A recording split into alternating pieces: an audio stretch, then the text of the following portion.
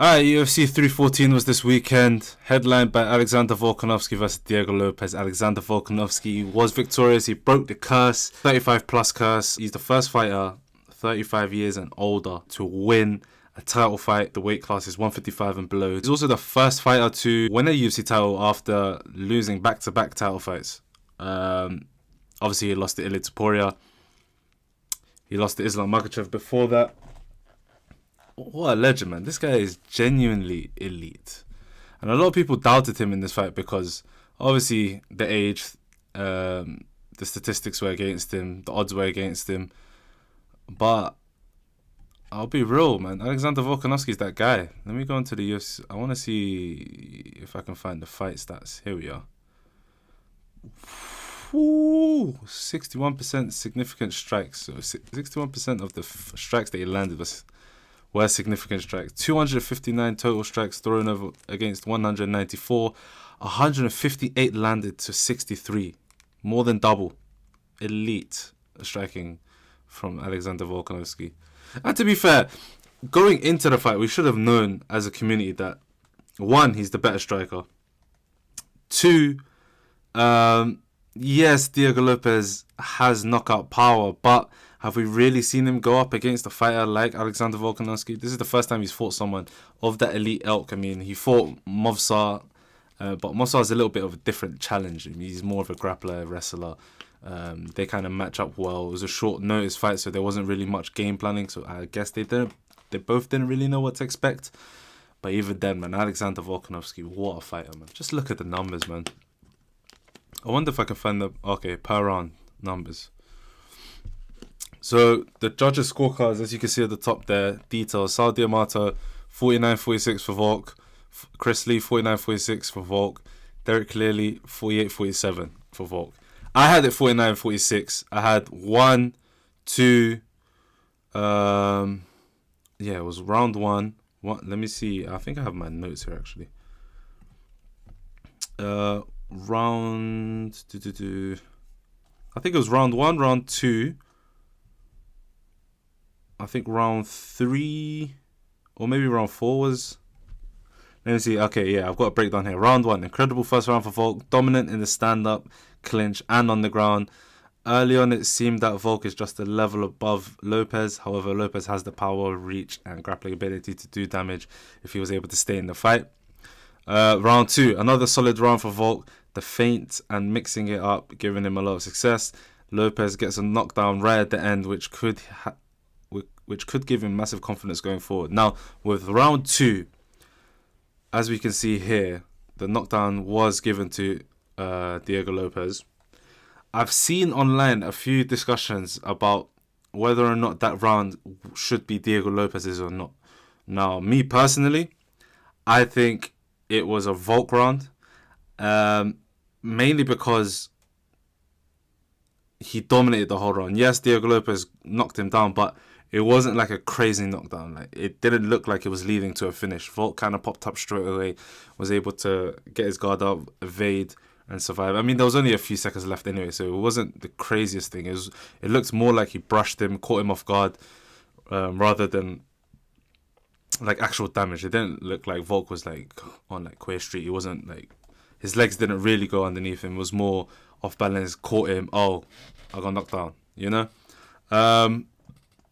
Like I said, Volk dominated that fight, that round pretty much the whole way through, except for those last 10-15 seconds. So I don't know if that's enough to give Diego Lopes the round. Now, I get it. Whoever gets the knockdown kind of wins the round usually. It usually means that he's the closest to finishing the fight. But that's probably the only fight that I think...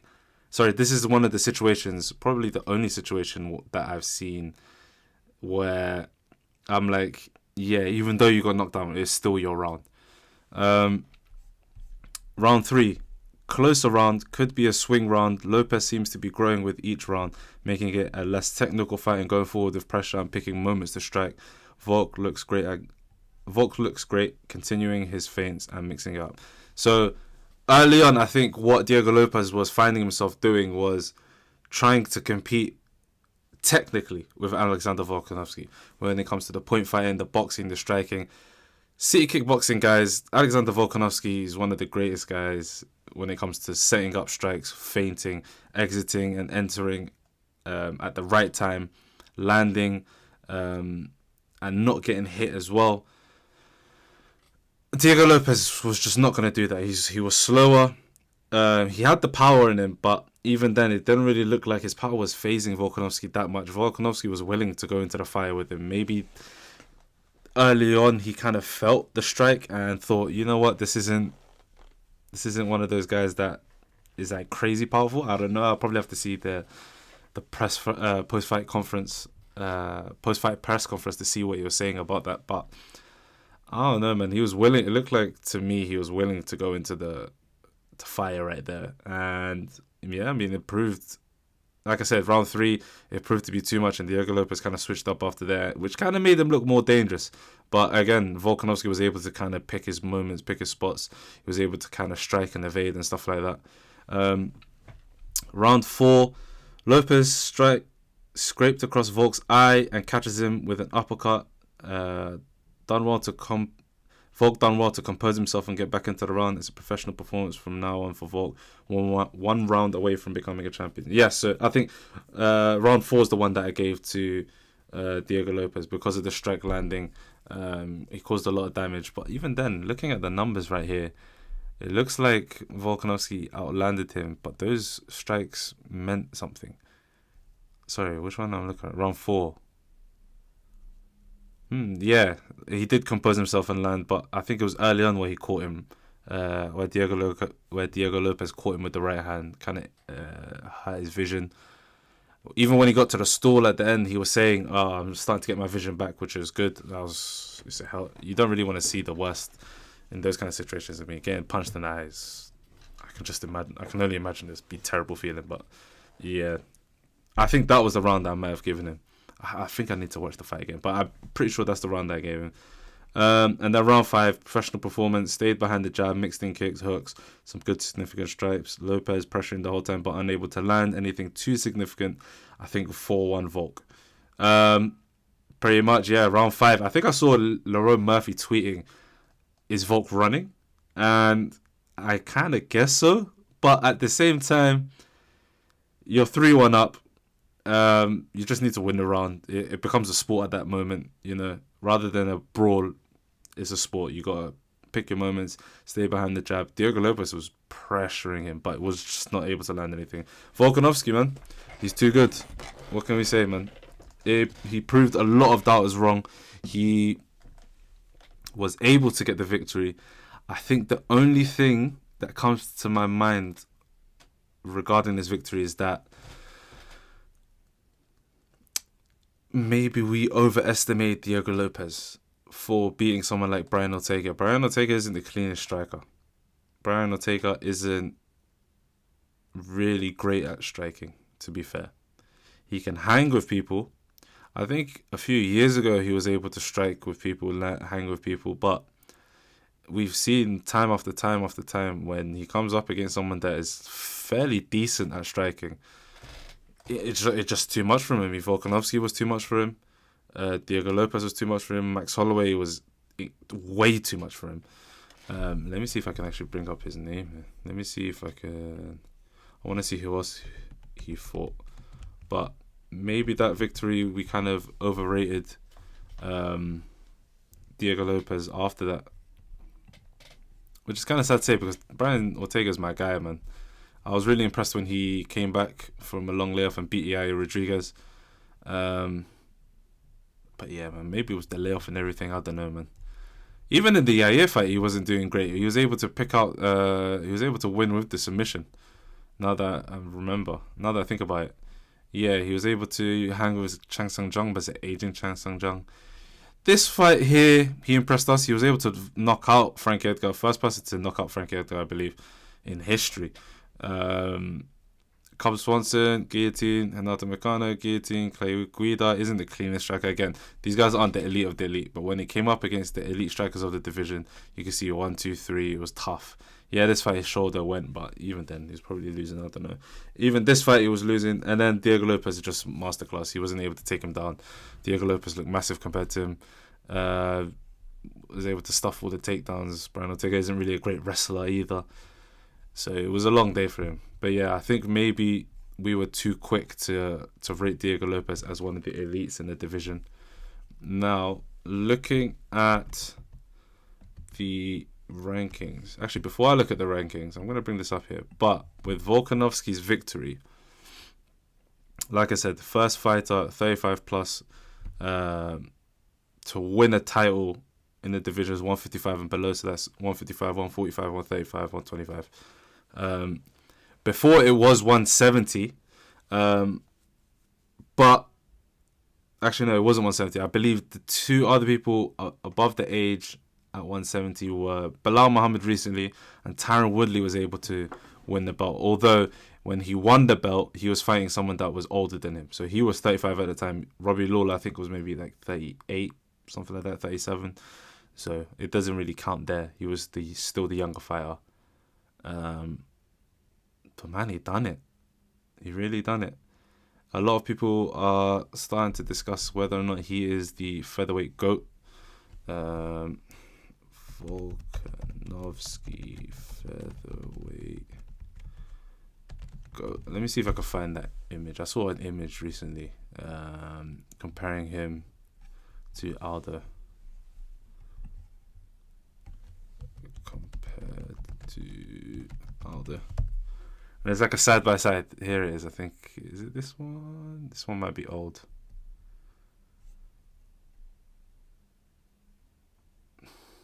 Nah, yeah, a couple of these ones are old. I need to find the other one. I'll probably post a video on TikTok about it. But there is now a discussion online. Who's better? Who's the GOAT of the featherweight division? Is it Volkanovski, a person who was able to lose the belt and then win it back at 35? Was it Jose Aldo, the first ever featherweight champion? I believe it was given to him after WC merged with the UFC. I believe it was 20. I think I read something that said that he was 22 when he became the featherweight champ. I'm assuming that was in WC, and then he only lost the belt when he was 32, which I believe is when he was obviously against McGregor, but 32, and then he was able to win it back himself anyway when he beat Frankie Edgar at UFC 200. That's a discussion for another day. I'll probably have to look at the stats and everything in detail. But yeah, time to matchmake. Okay, so this is the featherweight division. He is no longer there. Let's take him out. We've got the champion here. I don't know why Max Holloway's name is still here as well. I'm assuming they'll probably remove his name from the rankings. I'm hoping so, because now he's officially a lightweight. He said he's not going to fight in the division anyway, so we can ignore that. So Volkanovski's the champ. Diego Lopes is probably number one.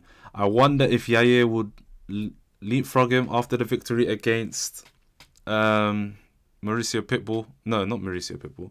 Patricio Pitbull, who was the Bellator featherweight champion.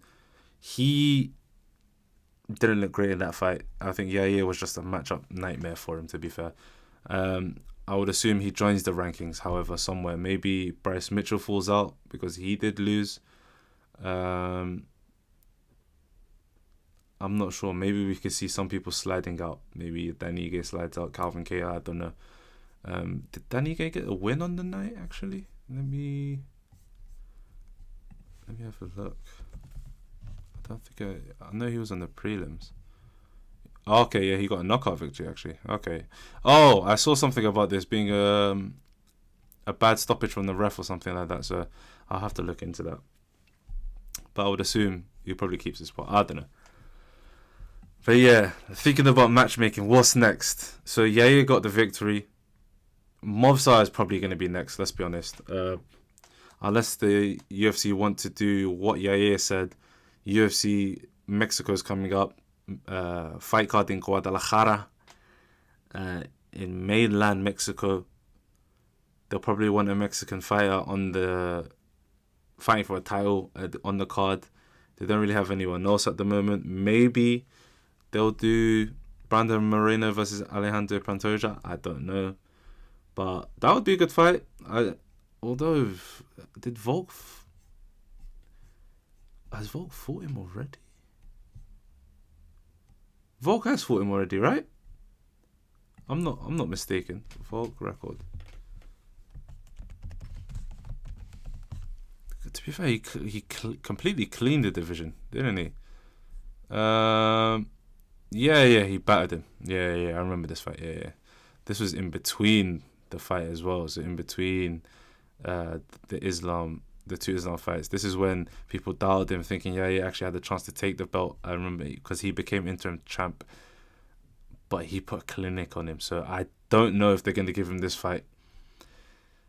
To be fair, they could do a Yair Rodriguez versus Diego Lopes on that card, because there's a lot of heat from what I've seen on the press conference. They absolutely despise each other.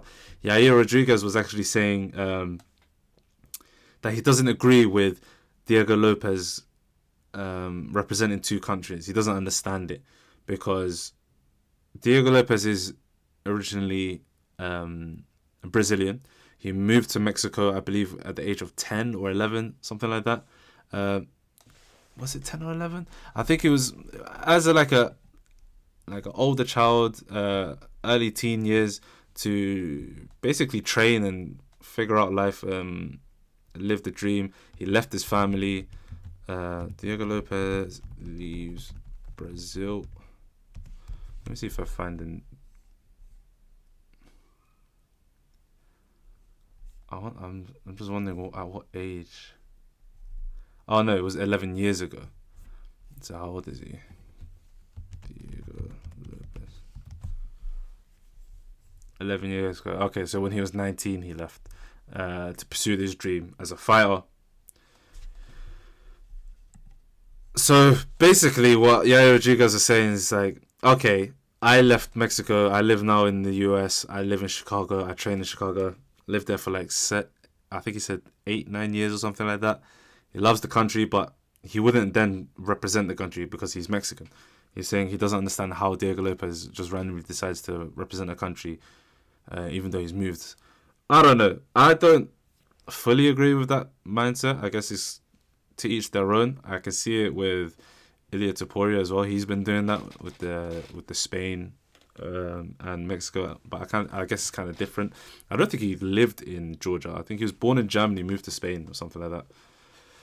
But yeah, even then, it's not a big deal. But it's caused a bit of ruckus because now we've found out that there's an issue between the camps as well. Apparently, this is all alleged, but there was rumors that Diego Lopes and his gym beat up one of Yair's former training partners. I think his name was Marco Beltran, a former UFC fighter. Then Diego Lopes says that Yair and his team tried to bully a lady from his gym or something like that. I don't know, it was messy, but there's heat there for sure. So if you want a fight for the Mexican fans, two people who claim Mexico, what better fight to put there? Maybe like a co-main event to a title fight. I guess that would make sense actually, because then you can put Movsar and versus Volk as the main event, just in case one of them falls out, one of these guys could take the spot. That would be smart. But yeah, I can see it'll probably be Movsar next.